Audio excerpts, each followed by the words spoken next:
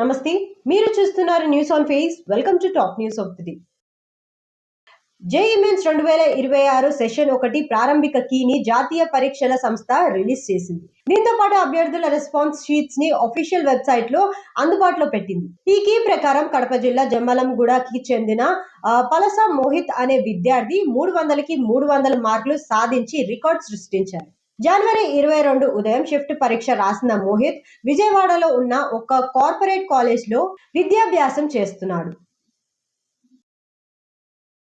అమరావతిలో ఉన్న ముఖ్యమంత్రి చంద్రబాబు నాయుడు నివాసానికి డిప్యూటీ సీఎం పవన్ కళ్యాణ్ తో పాటు మంత్రులు రామనారాయణ రెడ్డి, సత్యకుమార్ యాదవ్, అలాగే AP BJP chief G Madhav చేరుకున్నారు. ఈ భేటీలో రాష్ట్రంలో కల్తీనేయి అంశం, తాజా రాజకీయ ప్రణాళికలు, శాంతి భద్రత పరిస్థితులపై విస్తృతమైన చర్చ జరిగింది. సమావేశం తర్వాత ముఖ్యమంత్రి చంద్రబాబు నాయుడు, డిప్యూటీ సీఎం పవన్ కళ్యాణ్, అలాగే ఏపీ బీజేపీ చీఫ్ కలిసి ప్రెస్ మీట్ నిర్వహించే అవకాశాలు ఉన్నట్లుగా సమాచారం. అమరావతి ప్రైడ్ డ్రాన్స్ వేదిక ఇవాళ సాగునీటి సదస్సు జరుగుతుంది. రాష్ట్రంలో ఉన్న 6047 సంఘాలు, 58 ప్రాజెక్ట్ కమిటీలు, 267 డిస్ట్రిబ్యూటీ కమిటీల చైర్మన్లు హాజరు కానున్నారు. వారిని ఉద్దేశించి ముఖ్యమంత్రి చంద్రబాబు నాయుడు ప్రసంగిస్తారు. ప్రాజెక్టుల యాజమాన్యం వ్యవహారం, గ్రామ్, మండల్, జిల్లా పరిషత్ సమావేశాలకు సాగునీటి సంఘాల చైర్మన్లను ప్రత్యేక ఆహ్వానులుగా ముఖ్యమంత్రి ప్రకటన చేసే అవకాశం ఉంది. అనకాపల్లి డీఎస్పీ కార్యాలయంలో డీఎస్పీ శ్రావణి మీడియా సమావేశం నిర్వహించారు.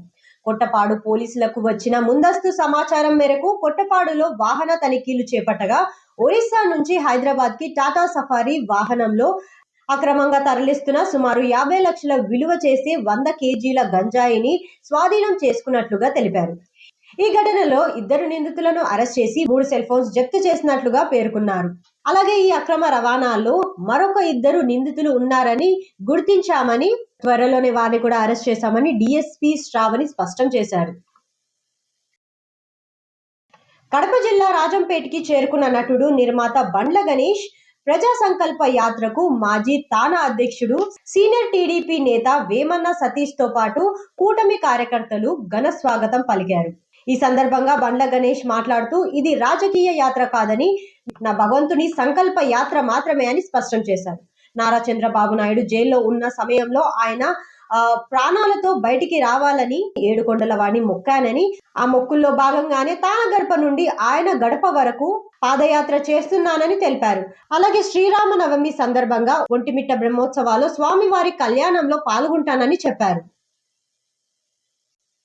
ఇలాంటి మరెన్నో తాజా వార్తల కోసం వెంటనే మా ఛానల్ ని సబ్స్క్రైబ్ చేసుకోండి. అలాగే డిస్క్రిప్షన్ బాక్స్ లో ఉన్న news on face WhatsApp channel యొక్క లింక్ ని ప్రొవైడ్ చేశాము. వెంటనే ఫాలో అయిపోండి. Thank you.